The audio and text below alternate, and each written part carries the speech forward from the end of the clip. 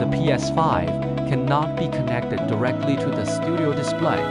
However, this can be achieved using the THK401X4. You can connect your Mac, PC, game consoles, and studio display.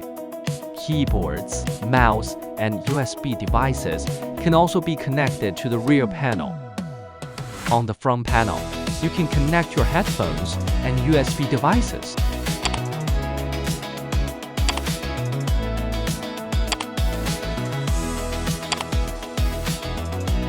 After the connection is completed, it can be switched by using the front panel button, hotkeys, mouse scroll wheel, and IR remote. PC1 supports 60W charging.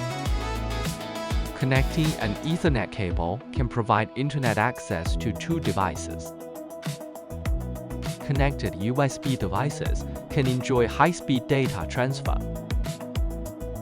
Pressing the right click control, and I can increase the monitor volume. Pressing right control, and D can decrease the volume.